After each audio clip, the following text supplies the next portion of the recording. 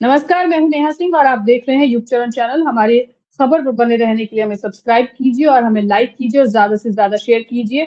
आज हम बात करेंगे ईरान इजराइल अमेरिका युद्ध को लेकर क्या इम्पैक्ट उसका भारत पर पड़ने वाला है और क्या कुछ आगे हो सकता है। इसके लिए मेरे सहयोगी आरिफ हसन मेरे साथ हैं। आरिफ, बहुत बहुत स्वागत है आपका। बहुत शुक्रिया। आरिफ, जो ईरान इजराइल अमेरिका युद्ध हो रहा है, सबसे पहले तो अभी अगर हम पूरे पिछले हफ्ते की बात करें, क्या कुछ नए बदलाव इस युद्ध को लेकर आए हैं? अगर मैं सबसे पहले ये जानना चाहूं तो। देखिए, दरअसल दुनिया इस वक्त जो है दो, कोरोना में तो एक वायरस था, लेकिन इस वक्त पूरी दुनिया दो वायरस से ग्रस्त है। और उन दोनों हम्म। वायरस का नाम है, एक तो नेतन्याहू और एक ट्रम्प। ये दो हम्म। वायरस इस दुनिया के ऊपर ऐसे गिरे हैं और इस वक्त में कि इन्होंने पूरी दुनिया में खलबली मचा दी, पूरी इकोनॉमी जी। हिला करके रख दी। और पूरे हम एक हम्म। तो एक ऐसा हमला जिसकी कोई जरूरत ही नहीं थी, वो हमला जबरदस्ती ईरान पर कर दिया गया। और ट्रम्प को कहीं ना हम्म। कहीं कन्विंस कर लिया नेतन्याहू ने, उसके दामाद ने, कि जैसे वेनेजुला में आपने ऑपरेशन किया था सॉरी, हम्म। तो इसी तरह से यहाँ पे ऑपरेशन करके आप खमेनेई को मार देंगे तो कुछ नहीं होगा। लेकिन हुआ क्या, उसके उल्टा हुआ, वो बैकफायर कर गया। वो कौम जो कहीं हम्म। ना कहीं बटी हुई थी, वो कौम में एकता जाग गई उसके अंदर। अब उनको अपने जी। लीडर का बदला चाहिए, उनको किसी भी सूरत से। वो कौम मर मिटने के लिए हम्म। तैयार है। उसके जो हिस्ट्री है उसकी इन्होंने स्टडी की नहीं। वो कौम ऐसी है कि हम्म। जब उसने अपने यहाँ पे किंग का, उसका जब तख्ता उल्टा था, तो उस टाइम भी 40,000 लोगों की कुर्बानियां दी थी उसने। ये हालत थी उस कौम हम्म। की कि आप समझिए माँ को एक बच्चे से कितनी मोहब्बत होती है। वो दूध पीता हुआ बच्चे को, 6 महीने 8 महीने के बच्चे को सीने से लगाए हुआ सामने से गोली खाती थी वो। तो ये हालत उस कौम हम्म। से, आपको किस कौम से मुकाबला। बहरहाल आपने मालूम किया पिछले हफ्ते से क्या डेवलपमेंट हुए। डेवलपमेंट ये है जी। कि जी। ट्रम्प किसी भी सूरत से अब जंग से पीछा छुड़ाना चाहता है, ट्रम्प। हम्म। नेतन्याहू उसका पीछा छोड़ नहीं रहा है, क्योंकि इस जंग से भागने उसे दे नहीं रहा है नेतन्याहू। हो क्या रहा है, हम्म। नेतन्याहू की कई सालों से ये ख्वाहिश थी कि किस सूरत से ईरान वर्सेस और ये अमेरिका वार हो जाए। लेकिन बड़ी जी। मुश्किल से वो इसको इस वार में घसीट लाया अमेरिका को।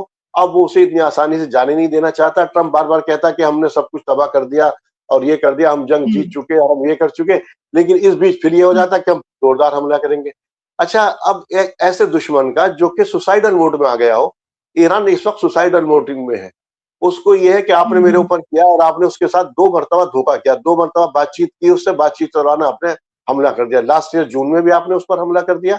इस साल भी आपने, हम्म। यही बातचीत चल रही थी और बातचीत जो था एक अच्छे मूड में थी। सब लोग ये, तो ओमान भी कह रहा था कि हाँ, किसी ना किसी नतीजे पर हम पहुंच जाएंगे, रिजल्ट पर पहुंच जाएंगे। लेकिन फिर आपने उस पर जी। धोखे से हमला कर दिया। अब उस पर हमला कर दिया, अब वो हम्म। आप पर यकीन करने को तैयार नहीं है। आप सोच रहे थे हफ्ता अरे, 10 दिन के लिए जी। बातचीत की बात कर रहे हैं। अभी कुछ दिन पहले जैसे हम पढ़ रहे थे कि ईरान युद्ध खत्म करने के लिए शर्तों की बात कर रहा है, कुछ शर्तें ईरान ने रखी हैं। तो जब ईरान इस मोड में आ गया है या हम कहें कि इस लेवल पर आ गया है कि वो शर्तें आगे से रख रहा है, तो क्या ये कहना सही होगा कि ये जो लड़ाई है ये ट्रंप के हाथों से निकल चुकी है? अब ये लड़ाई, हकीकत बात यह ट्रंप के हाथों से निकल चुकी है, लेकिन नेतन्याहू हम्म। इस लाइफ, मैंने बताया ना, छोड़ने को तैयार नहीं है। अब इस वक्त ड्राइविंग सीट पर है कौन? के हम्म। ईरान इस वक्त। क्योंकि अमेरिका जी। के अंदर इस वक्त अभी तक जो हुआ है, अमेरिका को अच्छा खासा नुकसान हुआ। उसके जो ये जो एयरक्राफ्ट थे, 2 के 2 वो वापस चले गए वहां पर। उसको अच्छा खासा उसने अटैक किए, हमले किए। उसके F-15 हम्म। ईगल, इतना शानदार प्लेन है वो गिर गया। ये अकेला ईरान नहीं कर रहा जी। था, बहरहाल इसके अंदर चाइना और रूस वो भी शामिल थे। हम्म। जिस तरह से ऑपरेशन हम्म। सिंदूर के दौरान चाइना ने पाकिस्तान को सैटेलाइट अवेलेबल कराया था, पूरी इमेज दे रहा था, ऐसे ही इस बार हम्म। रूस सारी चीजें दे रहा था। क्योंकि जब यूक्रेन के अंदर, जो यूक्रेन वार के अंदर अमेरिका और यूरोप उसको दे रहे थे, तो यहाँ पे वो इन्वॉल्व है इसके अंदर। अब इस हम्म। वक्त निशानी में उनके सटीक लग रहे हैं, मिसाइल की उनकी कैपेबिलिटी है उन पे। और ये मिसाइल जो टेक्नोलॉजी है उस वक्त की है जब यूएसएसआर टूटा था और रूस रह गया। उस वक्त जो साइंटिस्ट इन मुल्कों में थे, उन साइंटिस्ट को हम्म। ईरान ने हायर कर दिया था। तो ये टेक्नोलॉजी है, हम्म। इनसे भूल हो गई, बैकफायर कर गया। और दूसरा जो बैकफायर किया, मैंने कहा, वो ये था कि अगर बगावत हम्म। नहीं होती, इस जंग को हम अरब और ईरान वर्सेस शिया सुन्नी बना देंगे। वो भी इनको बैकफायर कर जी। गया। अब इनके लिए ऐसा हो गया जैसे शेर की सवारी करना। अब ये शेर की सवारी तो कर ली, लेकिन उतर नहीं रहे। उतरेगा तो मैं खा जाएगा, हम्म। वो चाहते। लेकिन ट्रम्प ने कल कितने बड़े बड़े झूठ बोले, कितने बड़े दावे किए। और ट्रम्प ने तो व्हाइट हाउस को एक दलाली हाउस बना दिया, वो तो दलाली में उतर आया। आपको मालूम है कल क्या हरकत की उसने? उसने झूठ बोला जी, कि मैं 5 दिन के लिए जंग बंद कर रहा हूं। और ये क्या किया है उसने? और उसने अपने लोगों को ये बता दिया था वहां पर कि भाई मैं ये जी, जैसे अनाउंस हुआ, क्रूड ऑयल का रेट फौरन डाउन होगा। जो 122 और 22 डॉलर चल रहा था, वो करीब 30 या 93 या इतने समथिंग आ गया। जैसे उसने अनाउंस किया, उसमें तो इन लोगों ने वो सारे शेयर मार्केट क्या खरीद लिए। इसके ट्रम्प के अपने लोगों ने सारे खरीद लिए। और उसके बाद जब ईरान ने आधे घंटे में ड्राई कर दिया उसको कि हमारी कोई बातचीत हो ही नहीं रही है, वो सारे वो बेच दिए। इन्होंने मिलियन डॉलर्स कमा लिए इन्होंने आधे घंटे के अंदर। इनकी हालत ये अब इस जगह पर उतरा है। और दूसरी तरफ वो जमीनी हमले की तैयारी जरूर कर रहा है, लेकिन जमीनी हमले पर आए तो सही, ईरान तो तैयार बैठा ना उसके लिए। जी जी, जी, बिल्कुल। तो अब अमेरिका या ट्रम्प को जो ये जो प्रेम हमारा भारत दिखाता है अक्सर, इसको छोड़ते हुए हम भारत की तरफ आते हैं। भारत पर इस युद्ध का क्या इम्पैक्ट दिख रहा है? क्या ये जो लड़ाई है, ये सिलेंडर की लंबी लाइनों या पेट्रोल के बढ़ते रेट तक सीमित है, या इसका इम्पैक्ट भारत पर और कुछ भी पड़ने वाला है और लंबे समय तक पड़ने वाला है? क्योंकि प्रधानमंत्री मोदी ने कह दिया है कि कोरोना जैसे हालात होने वाले हैं। लोग तो ये भी डर रहे हैं कि शायद लॉकडाउन ना लग जाए। खैर, लॉकडाउन की बात तो नहीं होगी, लेकिन मोदी जी भी प्रॉब्लम क्या है, मोदी जी खुद इन 2 वायरस से ग्रस्त हैं। सबसे पहले जब वो हुँ, ट्रम्प के दोस्ती निभाने गए, और उसके बाद ट्रम्प ने जी, क्या-क्या हमारे साथ किया, वो एक लंबी डिटेल आप जानते हैं कि ट्रेड डील के क्या-क्या हमारे साथ जी, कर दिया। एक साल तक क्या 50% तक हमें टैरिफ देना पड़ा, हमें किस-किस तरह से हमारे एक्सपोर्टर को नुकसान हुआ, इम्पोर्टर को नुकसान हुआ। हुँ, फिर एक रात में फिर वो कैसे डील हो गई, और डील भी ऐसे हुई कि डील कि अगर ऑपरेशन सिंदूर बंद होता तो भी ट्रम्प अनाउंस करते हैं, और अगर डील होती तो हुँ, भी ट्रम्प अनाउंस करते हैं। भारत के प्रधानमंत्री अगर इजराइल जा रहे हैं तो वो नेतन्याहू ये ऐसा लग रहा था जैसे कोई हम यूनाइटेड स्टेट का 51 या 51वां राज्य हो, हमें ऐसा महसूस हुआ उस वक्त में। तो बहरहाल भारत को जी, अब, क्योंकि अब उस वायरस से ग्रस्त है, इससे पहले नेतन्याहू से भी, जो नेतन्याहू नाम का वायरस है उससे भी ग्रस्त हो गए थे। उसके हमें यहाँ इंडिया में जो है भारत के अंदर उसके असर दिखाई देते कि तरह तरह के अंधभक्त हुँ, पैदा हो गए, और वो नफरत जो वहां पर है वो यहाँ पर भी हमें दिखाई देती। बहरहाल जो हुँ, इन्होंने खास तौर से नेतन्याहू के पास जो गए उस दिन से पहले, इनको भी यही शायद अंदाजा था कि 2 दिन में, 8 दिन में फिनिश हो जाएगा मामला। हमें हुँ, ईरान, हमने कितनी बड़ी गलती की। देखिए, सबसे पहले गलती की 2019 से पहले, हमें 2019 में ईरान हमें तेल दे रहा था 60 दिन के उधार पर। और हमारा हुँ, इंश्योरेंस का खर्च उठा रहा था ईरान, साथ में जो जी, उसके ट्रांसपोर्ट का वो भी खर्च ईरान उठा रहा था, और उसे हमें बिल्कुल। सस्ता तेल दे रहा था ईरान।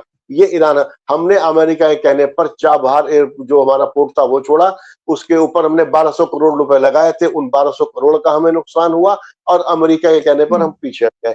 फिर उसके बाद हमने हुँ, रूस से जो हमें तेल मिल रहा था, तो रूस से भी हमने तेल खरीदना शुरू किया।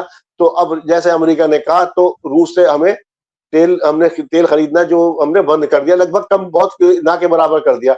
अब क्या हुआ हुँ, कि अब वो जा कहाँ रहे हैं? अब सुना है कि प्राइम मिनिस्टर फिर रूस की विजिट कर रहे हैं। इससे पहले आपको याद होगा दिसंबर में पुतिन ने विजिट की थी, और पुतिन यहाँ से खाली हाथ लौटे थे। आज की कंडीशन जी, ये है, जी, पुतिन कह रहा है कि हम पाकिस्तान को सस्ता तेल देंगे, भारत को नहीं देंगे, और हुँ, भारत को देंगे तो डॉलर में देंगे, प्रीमियम पर देंगे, और उसी रेट पर देंगे। और अब वो मांग रहा, पहले तो वो कह रहा था हमें रुपए में तेल दे रहा था, अब कह रहा है हमें डॉलर चाहिए। हुँ। डॉलर कहाँ से आएंगे? इस वक्त दिल्ली का नुकसान ईरान की कितना। तरफ से भी ऐसी ही बात सामने आई है। उन्होंने कहा है कि हम श्रीलंका को सस्ते में दे देंगे तेल।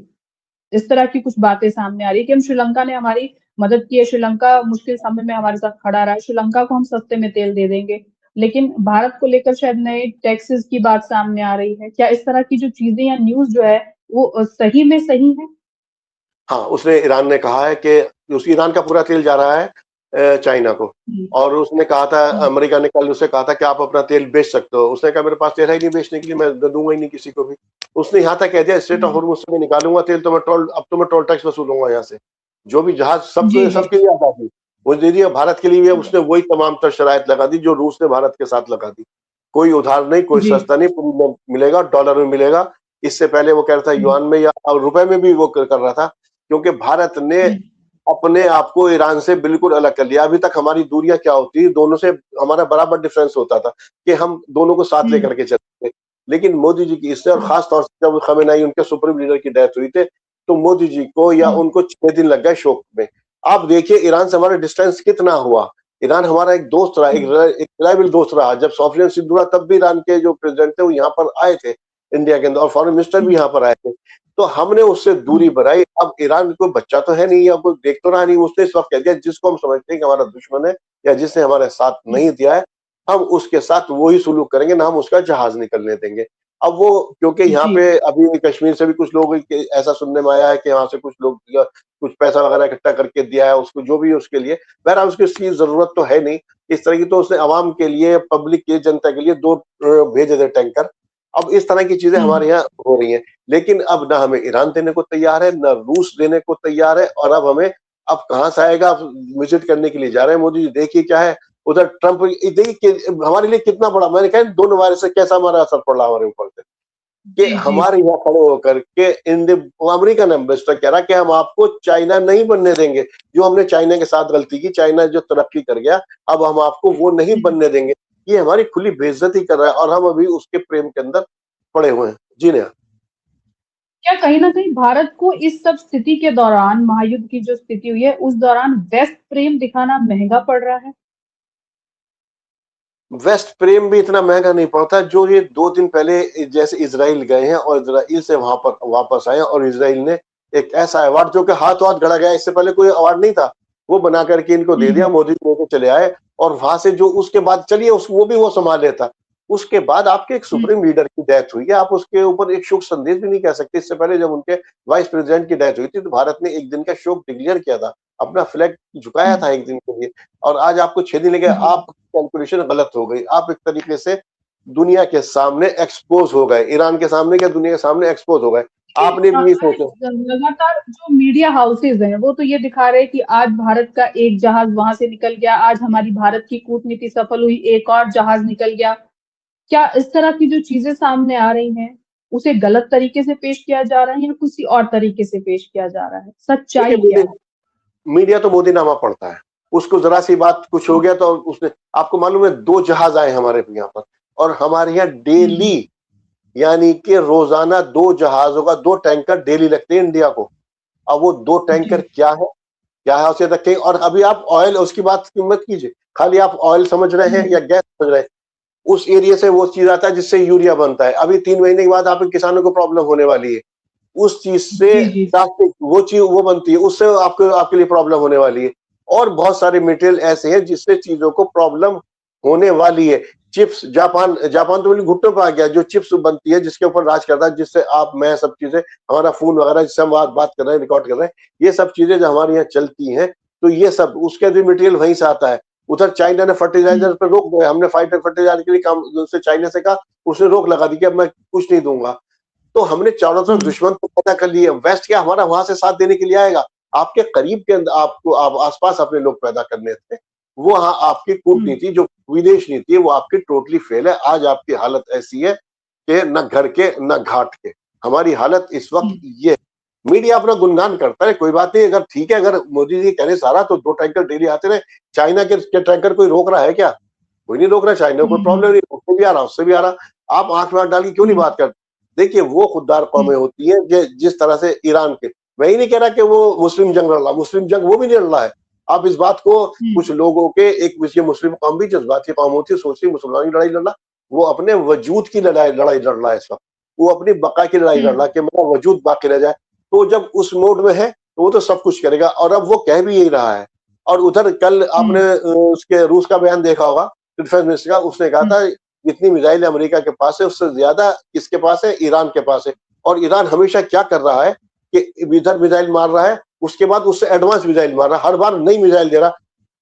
इसराइल इस वक्त खंडर बन गया, बचा कुछ नहीं है इसराइल के अंदर भी। अब उसने अपनी शर्त, अब वो इस काबिल हो गया कि वो शर्तें रख रहा है आपके साथ, और वो शर्त रख रहा है अपनी, और शर्तें भी ऐसी रखी है उसने जो कि अगर आप मानते हैं तो भी आप जलील होंगे, नहीं मानते तो आप जंग इतनी लंबी नहीं खेल सकते। क्योंकि अभी अमेरिका के अंदर जो कांग्रेस के इलेक्शन है, नवंबर में इलेक्शन है, उसके बाद 100% जो लगता है ट्रंप के खिलाफ इम्पीचमेंट आएगा वहां पर। ट्रंप आने वाले दिनों के अंदर जेल में होंगे। ये लड़ाई अगर आप और पीछे जाएंगे तो एप्स्टीन वर्सेस इंसानियत लड़ाई, ये सब एप्स्टीन वाले लोग हैं, चाहे उसमें ट्रंप हो या कोई भी हो, और दूसरी तरफ इंसानियत को बचाने की ये लड़ाई बनाया। उस तरह से चीजें काफी हद तक सामने आ रही हैं और साफ हो रही हैं कि कहीं ना कहीं भारत को वेस्ट प्रेम जो है अपना बहुत पहले ही छोड़ देना चाहिए था, विदेश नीति को सुधारना चाहिए था, जो अपने पड़ोसी हैं उनसे बनाकर रखनी चाहिए थी। शायद तब आज हमारी स्थिति कुछ और होती, शायद आज हम पर इतना इम्पैक्ट नहीं पड़ रहा होता। फिलहाल मेरे साथ इतना ही, मुझे दीजिए इजाजत और हमारे इस वीडियो को ज्यादा से ज्यादा शेयर कीजिए और युग चरण चैनल को देखते रहिए। नमस्कार।